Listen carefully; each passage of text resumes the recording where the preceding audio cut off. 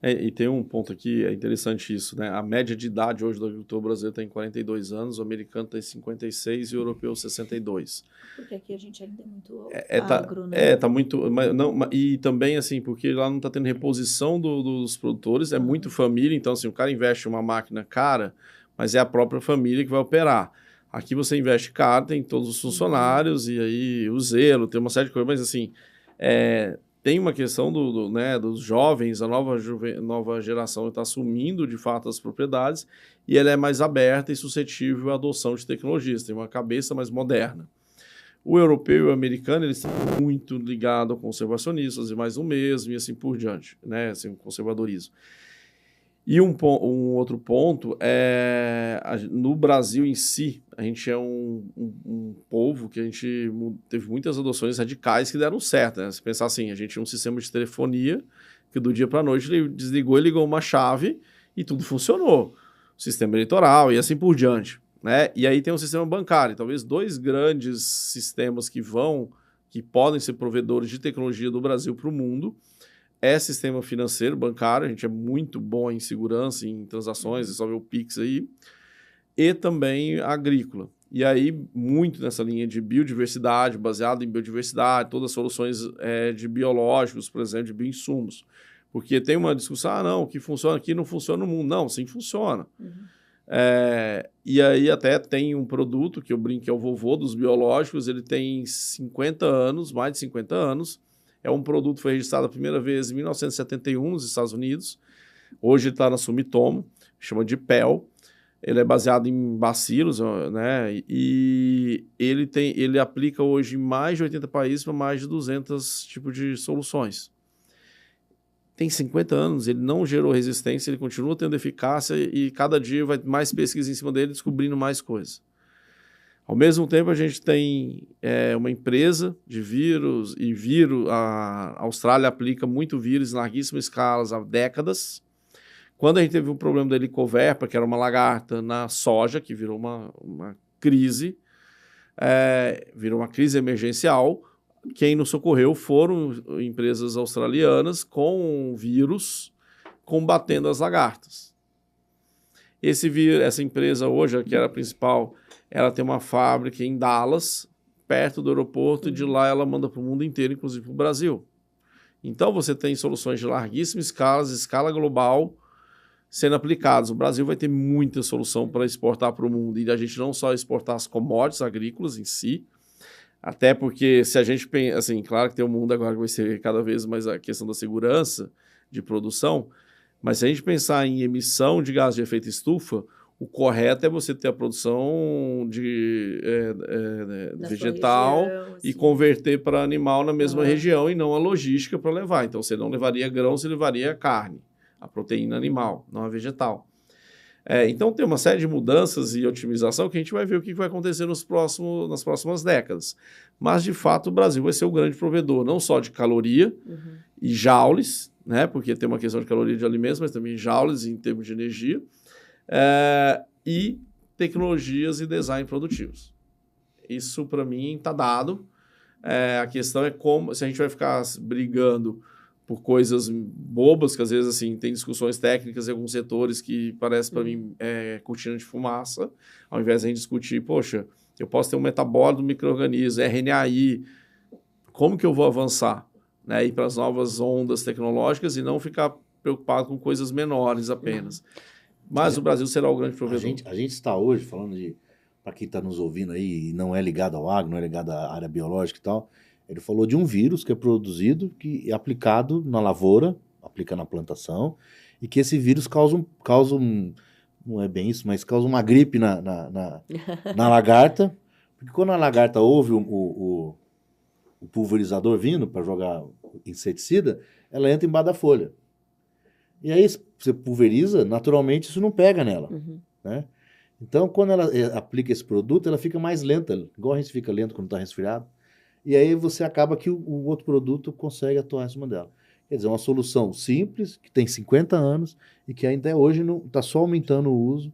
E diferente de um químico que gera uma resistência em um curto prazo, 10, 15 anos, esse químico já não funciona, o produto biológico ele tem a capacidade E a gente está na primeira geração do biológico. Já tem a segunda sendo trabalhada, tem a terceira e a quarta, que é metabólica e NRI que ele citou. Então o Brasil está à frente dos outros países nessa tecnologia e nós seguramente seremos exportadores de soluções nessa área. Não só exportar as commodities, como grãos e proteína animal, mas também exportar tecnologia para o mundo produzir melhor esses alimentos. Ô Zé, e nesse cenário, assim, com esses desafios e a gente pensando que a inovação é a solução para eles, que inovar é necessário para enfrentar esses desafios, como que você vê o alinhamento do mercado, do governo, diante dessas questões? A gente tem, por ser brasileiro, tem um costume horrível de reclamar, né? O brasileiro reclama mais do que trabalha, é impressionante. E trabalha muito, tanto que reclama mais. Outra coisa que o brasileiro tem é um aspecto de síndrome de cachorro vira-lata. Eu sou inferior ao outro, não sou... Né? E quando você olha a tríplice hélice, né? Empresário, universidade e governo, atuando junto num ecossistema, num ambiente para maximizar a inovação, é difícil de reconhecer isso, mas o governo brasileiro leva uma nota muito alta. O governo brasileiro tem ações e tem linhas de fomento igual a de países de primeiro mundo. Se você colocar o custo Brasil nessa situação, quem tá não diria pecando ou estando errado, mas deixando de pegar o dinheiro que está na mesa ou aumentando as suas oportunidades, é o próprio empresário. Os empreendedores, os empresários, os gestores, de maneira geral, não se conectam com as universidades que geram tecnologia, pouco observam as startups e menos ainda captam recursos a baixo custo. E lembro que ele vive num ambiente muito mais hostil em relação ao negócio do que uma empresa em outros cantos do mundo. Então, seria muito mais factível, muito mais interessante ele estar mais alinhado com essas questões de inovações e com os recursos disponíveis. Queria até jogar a bola para você, Edmar. Você é categórico quando você fala, poxa, olha a diferença que causa na empresa, no custo, quer dizer, trazer recursos para a inovação, estruturar a inovação dentro da sua empresa para ter acesso a esse recurso, isso traz um impacto financeiro grande na empresa, e isso traz um impacto no valor da empresa, que a gente chama de valuation. Né? Comenta um pouco sobre isso para a gente. Eu acho que tem um ponto assim, de trazer, porque você consegue fomentar reduzindo o custo, seja custo de capital e o custo mesmo de produção, que eu acho sempre que você tem que estar na eficiência, porque na época de bonança, todo mundo está ganhando junto. Na hora que reduzir margens, uma série de coisas, você vai ter que tentar, principalmente no primeiro quartil. Se você estiver fora, vai sofrer, né?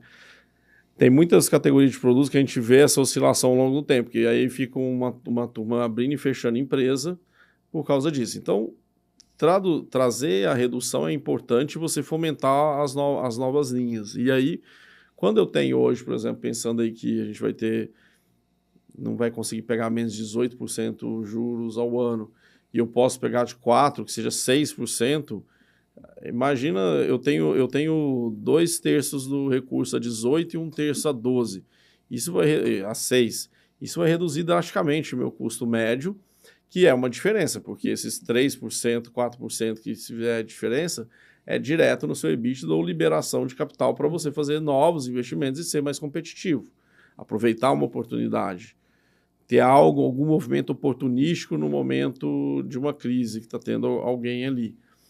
Então isso vai fazer diferença e às vezes ele fica tão não, vamos só cortar. E aí o pessoal brinca assim, se não tem lá em cima, daqui a pouco vai cortar aqui embaixo. Mas como fazer isso ser de uma forma importante?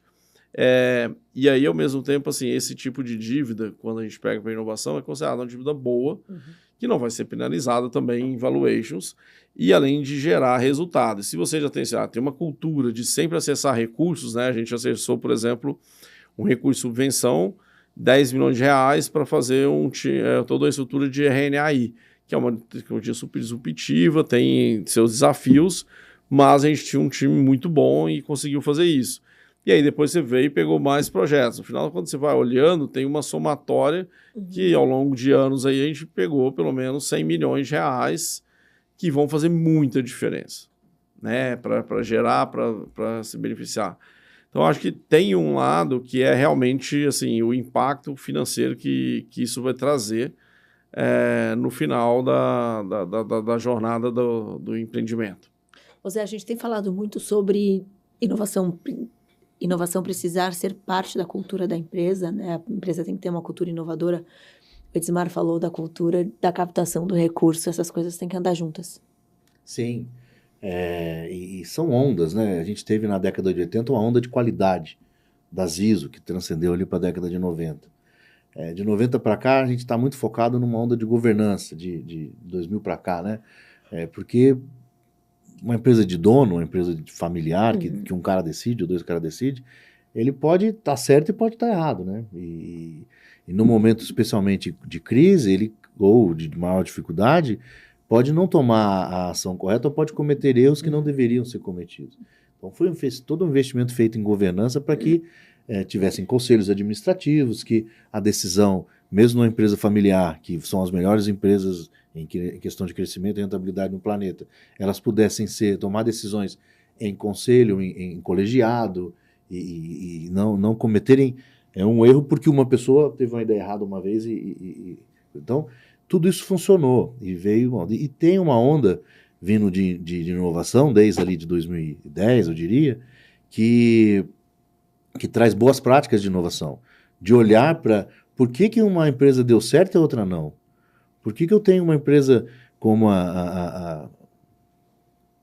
vamos falar, NVIDIA, Apple, e para sair da tecnologia, vamos falar de Kepler Weber, vamos falar de outras empresas que estão rentabilizando e outras não. O que elas fizeram? Então, elas fizeram alguma coisa certa e a outra tomou decisões não tão boas. E isso tem a ver com governança e inovação. É algo novo, até que a gente vem batalhando. Então, essa governança e inovação passa por alguns pontos críticos. Eu diria 4 pontos muito críticos. O primeiro é realmente ter definido onde você quer chegar, né? Tem muita empresa grande que não sabe o plano de 3 anos. É absurdo falar isso. Empresa grande. Empresa grande, não tem um plano para 3 anos. Onde eu vou estar daqui a 3 anos? Não tem, tá? E tem empresa grande que é pior, tem plano que eu vou estar daqui a 3 anos crescendo 5% ao ano, que é outra coisa mais absurda ainda. No mercado que cresce 10%, então ela está se destruindo. Segundo, a empresa não tem definido dentro da empresa quais projetos vão fazer parte desse plano, né? Porque a maioria do crescimento vai vir do portfólio dela. Ou será que o portfólio dela está blindado para aguentar esses 3, 4 anos? Ela não sabe.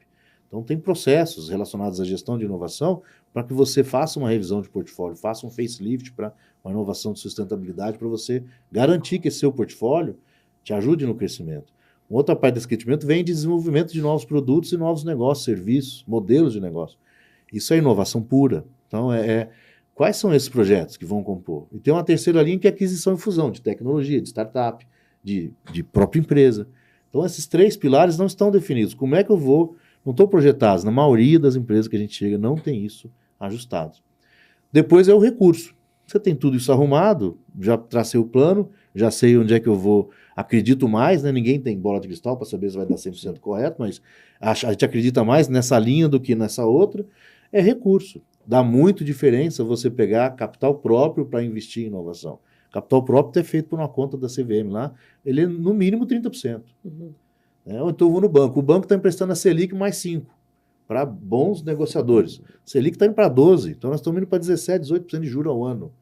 Aí você vem para um recurso subvisionado com 3% a 6%.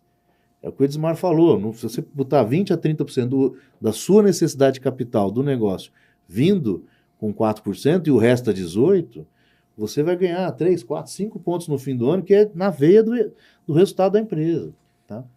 E mais que isso, você dilui esse pagamento, nas condições de pagamento são diferentes, muito diferentes de um empréstimo normal.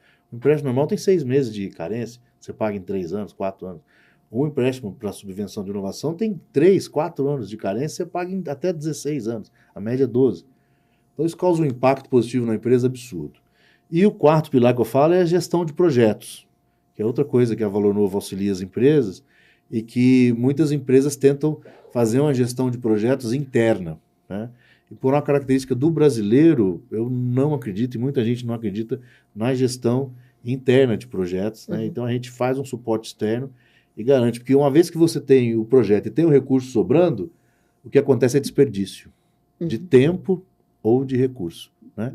Então, ter atenção também a gerir os projetos, marcar o passo ali, não estou gastando o que eu comprometi, matar o projeto que já vi que não vai para frente, né, Edmar? Tem empresa que fica com o projeto, já sabe que deu errado, já, e fica lá amassando barro e não mata aquele projeto. O projeto, em algum momento, foi importante, mas ele deu errado. E faz parte de inovar, da inovação, você cometer erros. Como saber que é hora de largar esse projeto que deu errado? Existe uma série de indicadores que você pode aplicar e uma série de decisões a tomar. Você não precisa matar o projeto em si, né? A gente tem uma técnica que é o que vai trazer mais dinheiro antes, né? Então, o que vai trazer mais dinheiro antes, a gente tem uma ferramenta que chama Vira. Você aplica essa ferramenta, você percebe visualmente aonde tem que aplicar o recurso no curto prazo, no médio e no longo. E esse projeto vai caminhando, e ele fica, às vezes, lá para você botar mais dinheiro agora, mais resultado agora, ou lá longe, para você parar de mexer com ele ou parar de mexer com ele por agora. E tem até uma caixinha que a gente põe no nosso fluxo de desenvolvimento, que é o BIS, né? Banco de soluções. Então, às vezes, você não mata o projeto, você joga ele na BIS, Banco de Ideias e Soluções. E a cada 6 meses você volta lá na BIS, e que projeto que está aqui jogado que o dólar mudou, a tecnologia mudou, ou tem um projeto famoso que a gente ganhou muito dinheiro, que foi o preço do fósforo, né? Fósforo e nitrogênio são nutrientes que são muito instáveis. 3 anos atrás, pandemia, nitrogênio acabou no mundo. Então, todo projeto que melhora um pouco o nitrogênio, a disponibilidade de nitrogênio, que era inviável, ele se torna viável. Então, você tinha lá na BIS um projeto que você tinha matado, você pega, saca ele, roda ele, funciona. O cenário mudou, o cenário mudou. O projeto faz sentido. Então, não é assim, ter essa análise e ter a coragem, o gestor tem que ter a coragem de, primeiro, ter esse processo rodando, funcionando. E segundo, de segurar a onda de um projeto que, às vezes, o filho do dono da empresa que queria o projeto lá dentro. É difícil, não é fácil, né? Mas é o correto a se fazer para salvar dinheiro, para você gerar mais dinheiro, né? Que, no fim, seria uma grande responsabilidade você desperdiçar dinheiro. E que, se você olhar para dentro do seu negócio, você está fazendo isso em várias áreas. A gente faz umas perguntas simples para as pessoas, né? Quantos projetos tem na empresa? Ninguém sabe responder. 37. Não sabe.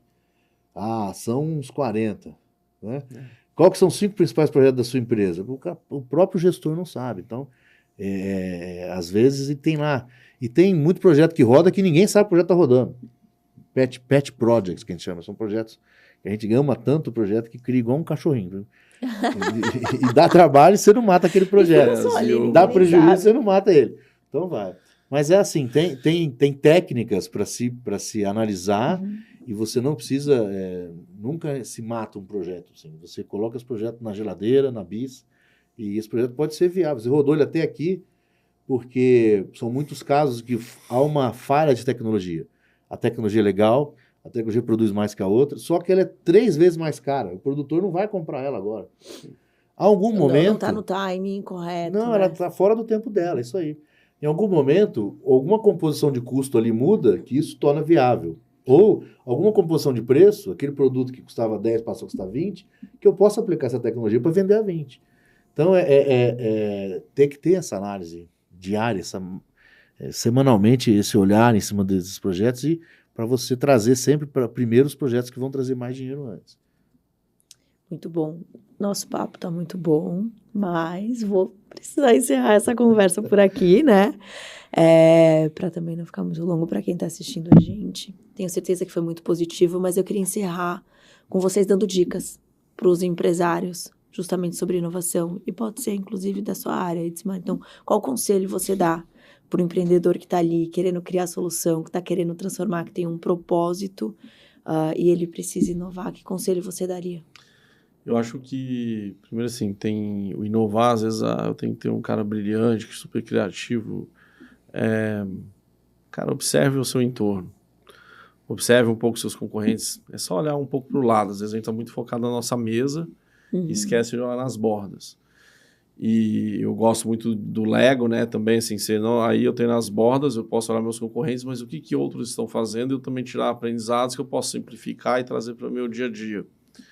Não precisa ser complexa a arte da ciência que está lá.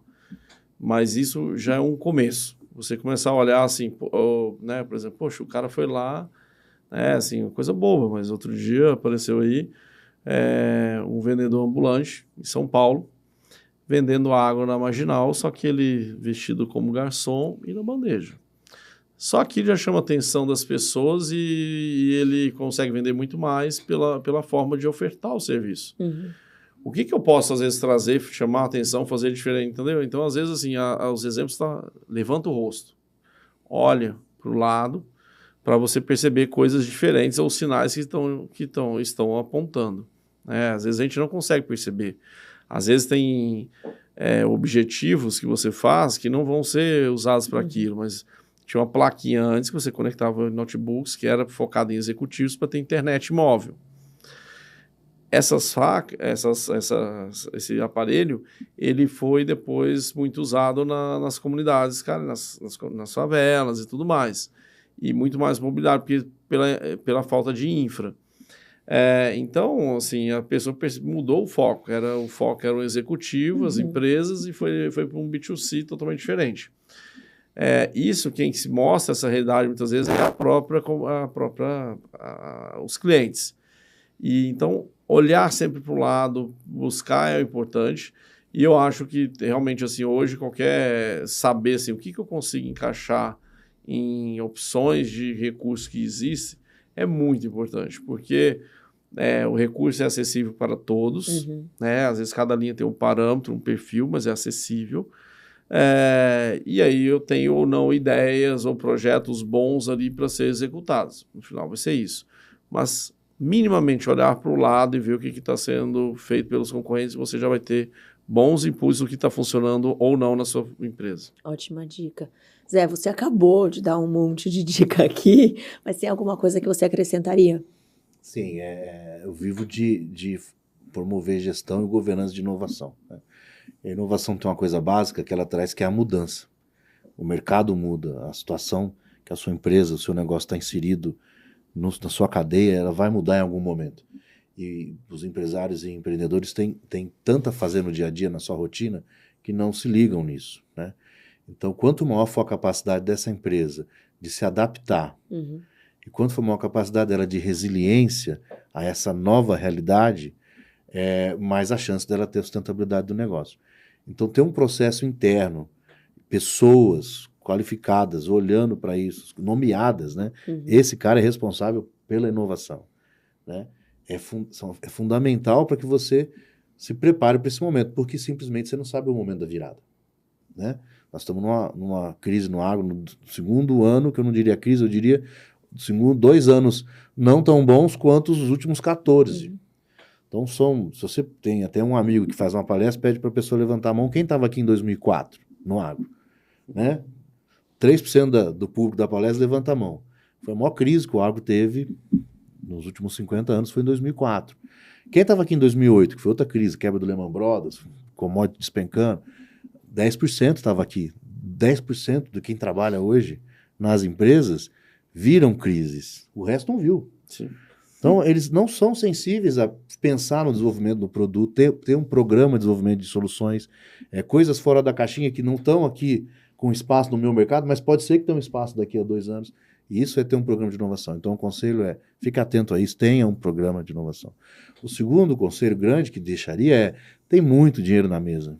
Tem muito crédito a 4%, 5% para a mesa.